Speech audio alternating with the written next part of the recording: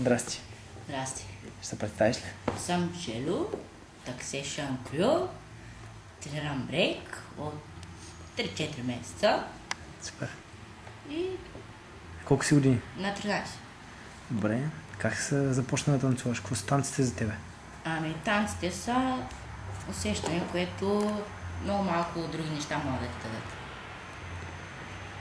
Страхотно. И планираш ли да се развиваш сериозно в тази сфера?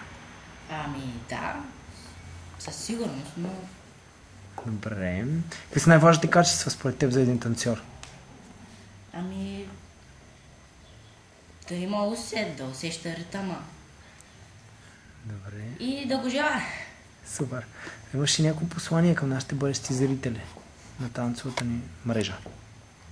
Ами, танца е хубаво нещо, отпускащо, забавно и начин да изразяваш чувства. Супер си, благодаря ти.